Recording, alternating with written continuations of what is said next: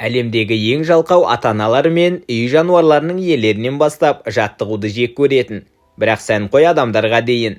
Сондай-ақ міндетті түрде уақытында ояну үшін ойлап табылған ең шектен шыққан тәсілдер мен тура мағынасында еңбексіз өмірге арналған бір түрлі өнертабыстарға дейін.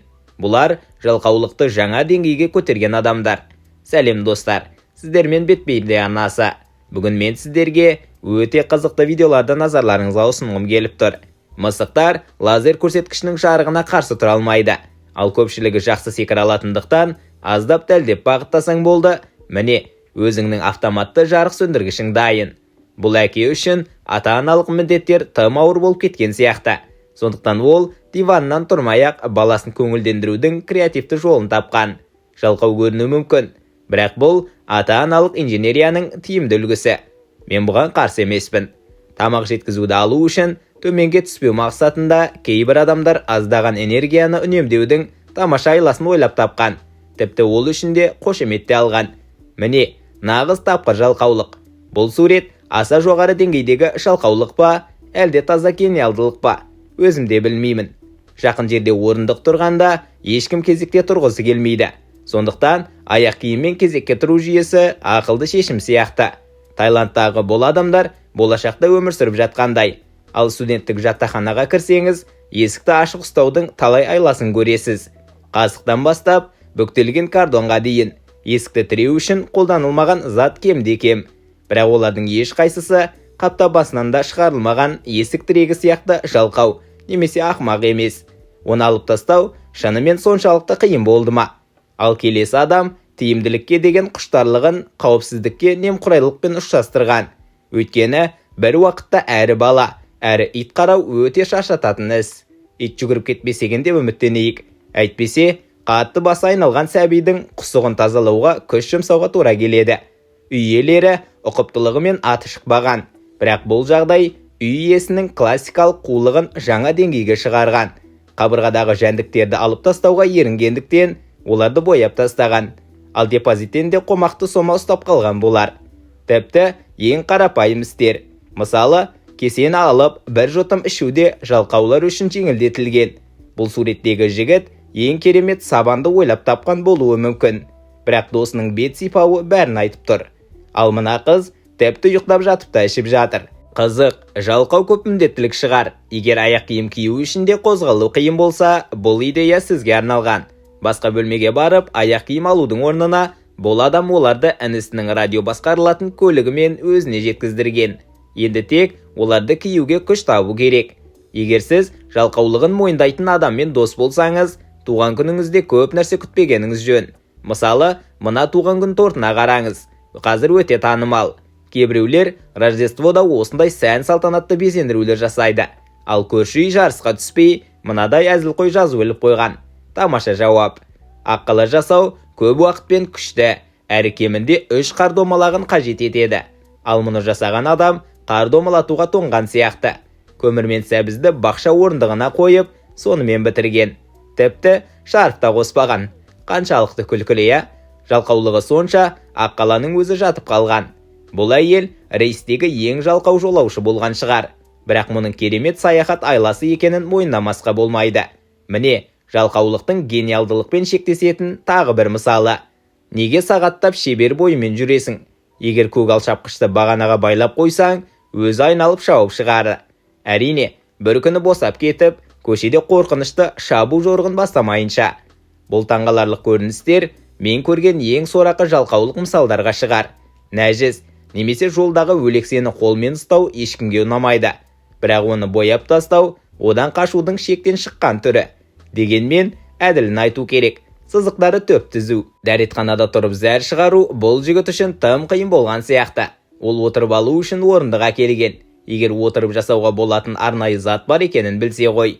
Мына жалқау адамның ауа райының қолайсыздығына тапқан шешімінде ешқандай ақылдылық жоқ. Аздап қар тазалау мен өлімге әкелуі мүмкін апаттың бірін таңдау керек болса, қайсысын алар едіңіз? Келесі сурет үнемшілдікті, тиімділікті және еңбектен қашуды бір уақытта біріктіреді. Біреу уақыт пен суды үнемдеу үшін ыдыстарды ваннада жуған. Тек жуынатын губканы ыдыс жууға арналған губкамен шатастырып алмаса болғаны. Олардың үйіне кешкі асқа бармауды еске салып қойыңыз. Қарап тұрған қазан қайнамайды дейді. Ал егер оны Skype арқылы бақыласаң ше. Бұл адам жұмыртқаның қайнауын 5 минут күтуге де ерінген сияқты. Осынша жалқаулықтан өзімде шаршадым. Ұйықтап алсам жақсы болар еді. Әрине, оянғанда төсекті жинамау мәселесі тағы тұрады. Испаниялық Охия атты дизайн компаниясы өздігінен жиналатын алғашқы төсекті ойлап тапты. Бұл автоматты төсек жинағышта жаймаларды тегістейтін кіріктірілген ролик және жастықтарды реттейтін созылмалы қолдар бар. Уайымдамаңыз, онда қауіпсіздік датчиктері де бар. Төсек ішінде адам жатқан кезде оны жинап жібермес үшін. Әрине, бәрі жақсы сияқты. Бірақ осы сәтте өздігінен жиналатын төсектің түймесін басудың өзі тым көп күш талап ететіндей. Бұл шын мәнінде ешқашан болмаған мәселе үшін ойлап табылған шешімнің классикалық мысалы. Ал мына бағана сағаттың алдына орнатылғаннан кейін оны сәл жылжытудың орнына жабылып қалған сандарды үстінен бояп қоя салған. Сұрақ көп. Иттер адамның ең жақын досы ма, әлде ең жалқау өмірлік лайфхагы ма? Бір жалқау қожайын есікті жабуға тұруға ерінгенде, итін 4 аяқты жеке қызметші ретінде пайдаланған. Кім жақсы бала? Әрине, сенің жалқау бөксеңді тұрғызбай-ақ көмектескені. Фарасыз көлік жүргізу заңсыз. Әрі бұл шешім жүргізушіні полиция тоқтатудан құтқарады деп ойламаймын. Сонша шамды тауып, жаңа фар сатып алудан да көп күшті талап ететін сияқты. Бұл ең жарқын идея емес екені анық. Бұл жалқау лапша салқындатқышын ойлап тапқан адам. Сірә лапшаны жеуге пайдаланатын аузымен оған үрлеуге ерінген болар. Өйткені тамағыңа үрлеуде тым шаршататын іс қой. Әлемнің ұлы ойшылдарын елестеткенде Аристотель мен Платон еске түседі. Бірақ менің ойымша, бұл нерв қаруының иесі де сол тізімге қосылуы керек. Нысаның жақсы болса, нерв мылтығың мен нөлдік мотивацияң бар кезде ақылды үйдің керегі не? Жалқаулық бар, ал енді тек өз жұмысыңды істеу бар. Дәл осы жағдай мына байғұс әйелдің басына түскен. Ол теледидарға аты жөні де, қызметі де көрсетілмей шыққан. Барлығы деректерді дұрыс енгізуге ерінген бір жалқау адамның кесірінен. Кейде ештеңе істегің келмей қалады. Бірақ жұмыс пен оқу сияқты міндеттер болғанда, бұл әрдайым мүмкін емес. Дегенмен, бұл адамды тоқтатпады. Ол көлігінің дөңгелегі жарылғандай етіп фотошоп жасап, бір күн демалыс алу үшін жеткілікті сылтау ойлап тапты. Мұнда еңбек сіңірген адам демалысқа әрине лайық. Компьютеріңізді үнемі қайта жүктей беруден шаршадыңыз ба? Оны өшіру үшін бірнеше саусақ қолданудан шалықтыңыз ба? Онда сізге осы құрал керек. Ол барлық қажетті пернелерді бірден басады. Мұны ойлап тапқан адам қазір әлде қайда тыныш өмір сүріп жүрген болар. Соны сатып алу әбден тұрарлық күш қоя. Тостың дайын болғанын күту қандай жаман. Диваннан тұрып, тост алуға бару қанша қозғалыс. Неге тосты диванда отырып қуыруға болмайды? Мына қолда ұстайтын құрылғыны ойлап тапқан адамда солай ойлаған сияқты. Құрылғыны нанға жақындатсаңыз болды, ол өзі қуырады. Әрине, әдеттегіден 10 есе ұзақ уақыт алатын шығар. Су ішіп тұру маңызды, бірақ төсектен тұру. Ол келісуге болатын мәселе. Бір отбасы жалқаулықты жаңа деңгейге шығарды. Олар хамиякқа арналған су бөтелкесін ерекше мақсатта қолданған. Өйткені кеміргіш сияқты өмір сүруге бола тұрғанда неге күш жұмсау керек? Енді балаларым түн ортасында су сұрап мені оятпайды. Жұмыс істейме? Иә. Дегенмен олардың адамға арналған хамияк дөңгелегінде жүріп жүргенін көрмейтін шығармыз. Қазіргі заманғы өнердің қандай керемет туындысы. Оған қаншама ой жұмсалғаны көрініп тұр. Терең мағынасы қандай екен деп ойлайсың? Әрине жалқаулық. Біреу қабырғадағы тесікке сылақ жағуға ерініп, оның үстіне рамка іліп қойған. Өнер сыншылары мұны эксперименталды инсталляция дейді.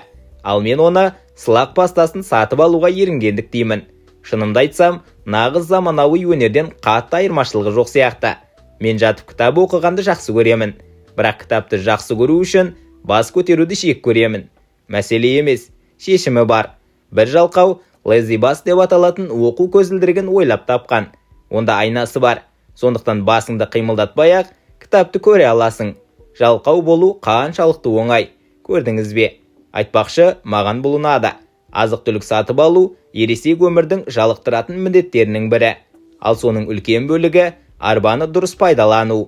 Бұл суреттегі адамдар ондай жауапкершілікке әлі дайын емес сияқты. Бірақ мойындаймын, 4 қадам жүріп бару өте шаршататын іс қой. Ал қайшымен кесу тіпті машақат. Үнемі қыса бересің, кейде қолыңды да қысып алады. Сондықтан біреудің шешім тауып, Уизерс деп аталатын батареямен жұмыс істейтін сымсыз қайшы ойлап табуы таңғаларлық емес.